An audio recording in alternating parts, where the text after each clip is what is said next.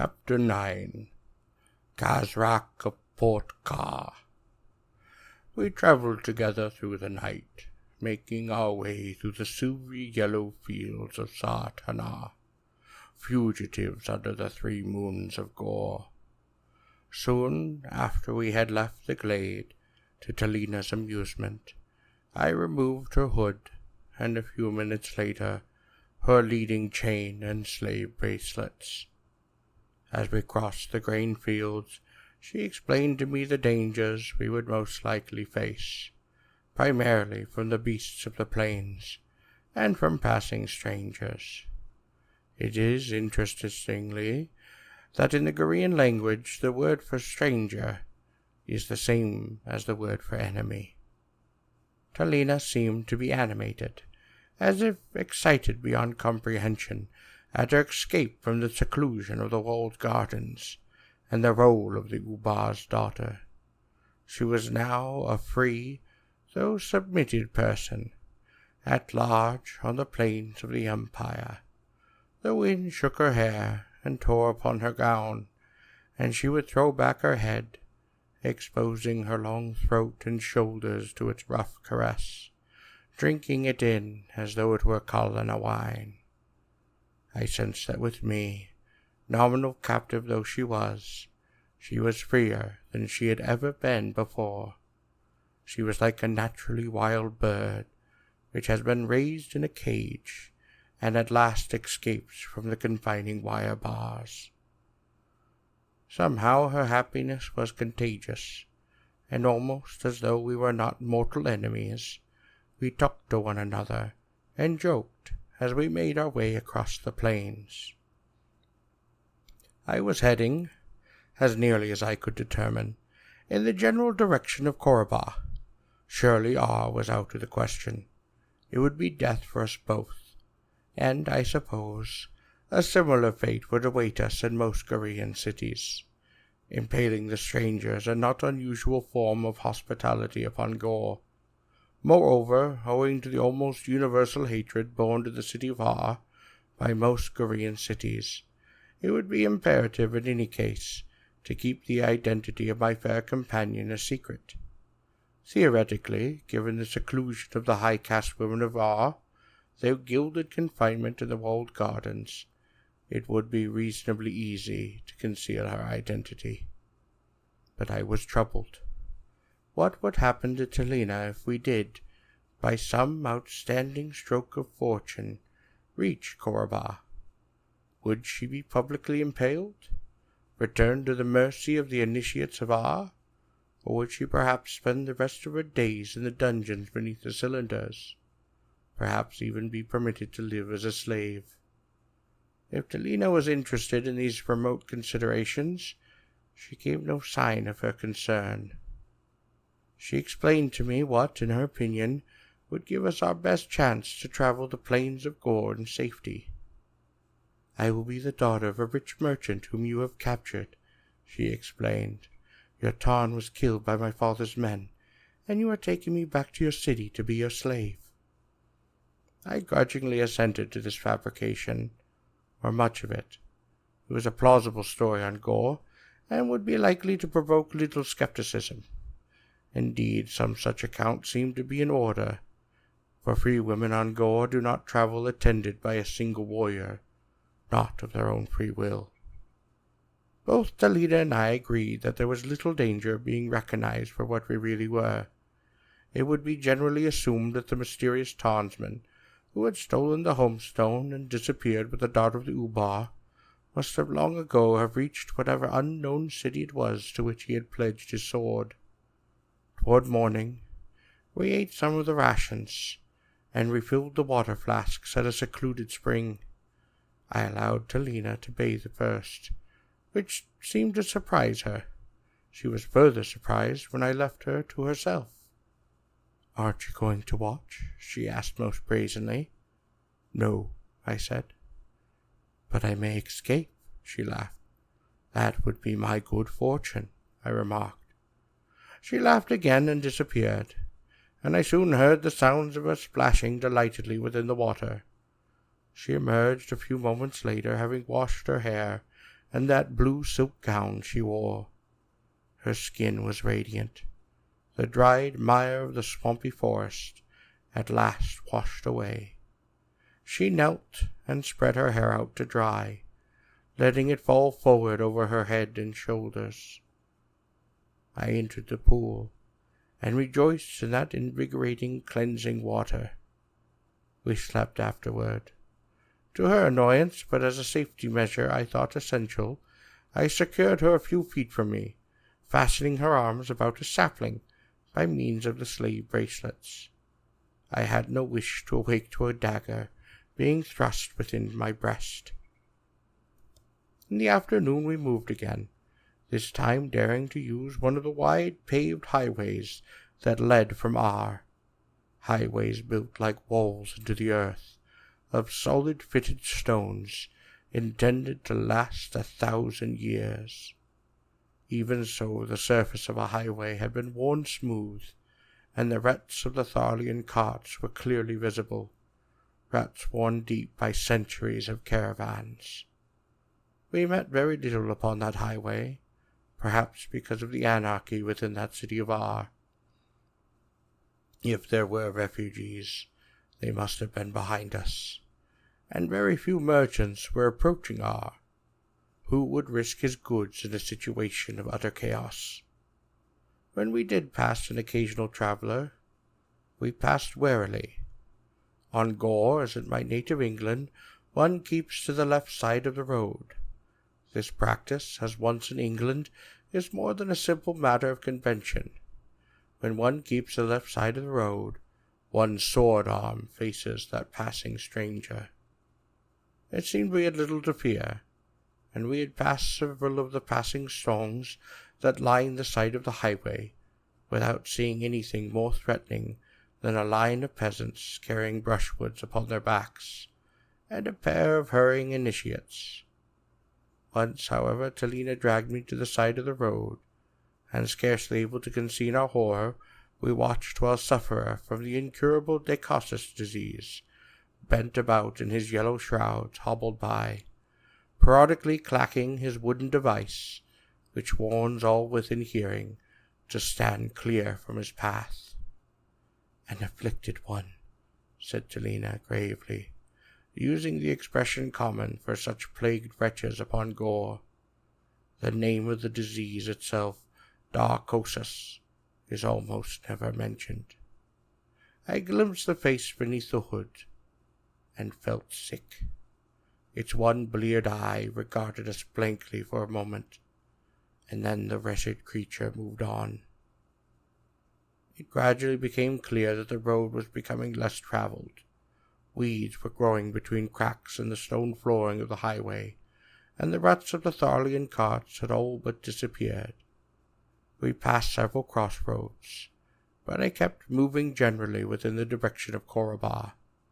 What I would do when we reached the margin of desolation and the broad Vosk River, I do not know. The fields of Sa Tarna were thinning out. Later in the day we glimpsed a solitary Tarnsman high above the road, a lonely image that depressed both myself and Talina. "We will never reach Korabah," she said. That night we finished the rations in one of the water flasks. As I prepared to bracelet her for the night, she became practical once again, her optimism and good spirits apparently restored by the wood. "We must make a better arrangement than this," she said, pushing away the bracelets. "It is uncomfortable." "What do you suggest?" I asked. She looked about and suddenly smiled most brightly. "Here," she said, "I have it." She took a lead chain from my pouch, wrapped it several times about her slim ankle, and snapped it shut. She placed the key in my hand.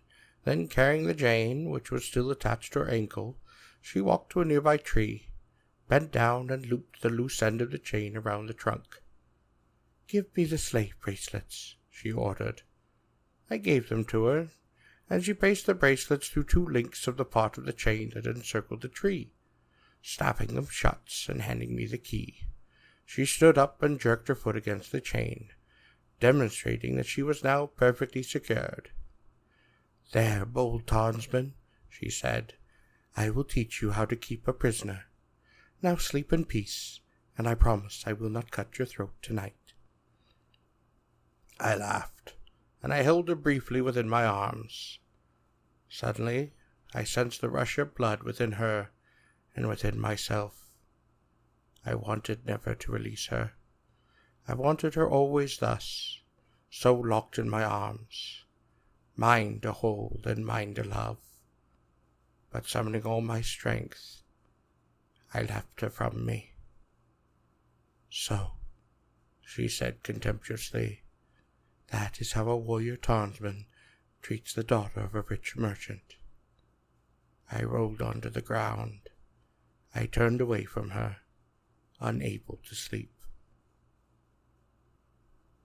In the morning we left our camp early. A swallow of water from the flask and small dry berries gathered from the nearby shrubbery were our only sustenance. We had not been on the road long when Talina clutched my arm. I listened carefully, hearing the distant clank of a sharded thorlion upon the road. "A warrior," I guessed. "Quick," she commanded, "hood me." I hooded her, and snapped her wrists together within those slave bracelets. The ring of the Tharlion's shod claws upon the road grew louder. In a minute the rider appeared in view, a fine bearded warrior, with a golden helmet and a long Thalarian lance. He drew the riding lizard to a halt a few paces from me. He rode the species of Tharlion called the High Tharlion, which ran upon its two back feet in great bounding strides. Its long cavernous mouth was lined with gleaming teeth, and its two small, ridiculously disproportionate forelegs dangled absurdly in front of its body. "Who are you?" demanded the warrior. "I am Tarl of Bristol," I said. "Bristol?" asked the warrior, puzzled. "Have you never heard of it?" I challenged, as if insulted. "No," admitted the warrior. "I am Kazrak of Port Kar," he spoke, "in the service of Mintar of the merchant caste." I did not need to ask about Port Kar. It is a city in the delta of the Vosk, and as much a den of pirates as anything else. The warrior gestured at Talina with his lance. "Who is she?" he asked. "You need not know her name or lineage," I said. The warrior laughed and slapped upon his thigh. "You would have me believe that she is of high caste," he said. "She is probably the daughter of a goat-keeper." I could see Talina move under the hood, her fists clenched angrily within the slave bracelets. "What news of Ar?" I asked. "War," said the mounted spearman approvingly. "Now, while the men of Ar fight among themselves for the cylinders, an army is gathering from 50 cities, massing upon the banks of the Vosk to invade Ar. There is a camp there such as you have never seen, a city of tents, songs of Tharlian corrals, the wings of the Tarn sound like thunder overhead, and the cooking fires of the soldiers can be seen 2 days' ride from the river." Talina spoke, her voice muffled within the hood. "Scavengers come to feast on the bodies of the wounded Tarnsmen." It was a Gorian proverb, which seemed to be singularly inappropriate, coming from a hooded captive. "I did not speak to the girl," said the warrior. I excused Talina. "She has not worn her bracelets long," I said. "She has spirit," said the warrior. "Where are you bound for?" I asked. "To the banks of the Vosk, to the city of tents," said the warrior. "What news of Marlinus the Ubar?" demanded Talina. "You should beat her," said the warrior, but he responded to the girl. "None, he has fled." "What news of the homestone of Ar and the daughter of Marlinius?" I asked, feeling it would be the sort of thing the warrior would expect me to be interested in. "The homestone is rumored to be in 100 cities," he said. "Some say it has been destroyed. Only the priest-kings know." "And the daughter of Marlinius?" I insisted. "She is undoubtedly in the pleasure gardens of the boldest Tarnsman on Gor," laughed the warrior. "I hope he has as much luck with her as the homestone. I have heard she has the temper of a Tharlian, and a face to match." Talina stiffened, her pride offended. "I have heard," she said imperiously, "that the daughter of the Ubar is the most beautiful woman on all of Gor." "I like this girl," said the warrior. "Yield her to me." "No," I said. "Yield her, or I will have my Tharlian trample you," he snapped. "Or would you prefer to be spitted on upon my lance?" "You know the codes," I said evenly. "If you want her, you must challenge her, and meet me with the weapon of my own choice." The warrior's face clouded, but only for an instant. He threw back his fine head and laughed, his teeth white within his bushy beard. "Done," he cried, fastening his lance within its saddle sheath and slipping from the back of the Thalian. "I challenge you for her." "The sword," I said. "Agreed." We shoved Talina, who was now frightened, to the side of the road. Hooded, she cowered there, the prize, her ears filled with the sudden violent ringing of blade on blade, as 2 warriors fought to the death for possession of her. Kazrak of Port Kar was a superb swordsman, but in the first moments we both knew I was his master. His face was white beneath his helmet as he wildly attempted to parry my devastating attack. Once I stepped back, gesturing to the ground with my sword, the symbolic granting of quarter should it be desired, but Kazrak was not lay his sword on the stones at my feet. Rather, he launched a vicious attack, forcing me to defend myself as best I could. He fought on with a new fury, perhaps enraged that he had been offered quarter. At last, terminating a frenzied exchange, I drove my blade into his shoulder, and his sword arm dropped. I kicked the weapon from his grasp, and he stood proudly within the road, waiting for me to kill him. I turned, and I went to Talina, who was standing piteously by the side of the road, wanting to see who it was that would unhood her. As I lifted the hood, she uttered a small joyful sound, her green eyes bright with pleasure. Then she saw the wounded warrior, and shuddered. "Kill him," she commanded. "No," I replied. The warrior, who held his shoulder, blood streaming down from his hand, smiled bitterly. "It was worth it," he said, his gaze sweeping over Talina. "I would challenge you again." Talina seized her dagger from my belt and raced to the warrior. I caught her braceleted hands as she was going to drive the dagger into his breast. He had not even moved. "You must kill him," said Talina. Struggling, angrily I removed her bracelets and replaced them so that her wrists were now bound behind her back. "You should use that whip upon her," said the warrior matter-of-factly. I tore some inches from the bottom of Talina's gown and made a bandage for Kazrak's shoulder. She endured this in fury, her head in the air, not watching me. I had scarcely finished bandaging his wound when I was aware of a ringing on metal, and lifting my head I saw myself surrounded by mounted spearmen, who wore the same livery as Kazrak. Behind them, stretching into the distance, came a long line of broad Thorlians, the 4-footed draft monsters of Gor. These beasts, yoked in their braces, were drawing the mighty wagons, filled with the merchandise, protected under the lashings of its red rain canvas. "It is the caravan of Mintar, of the merchant caste,"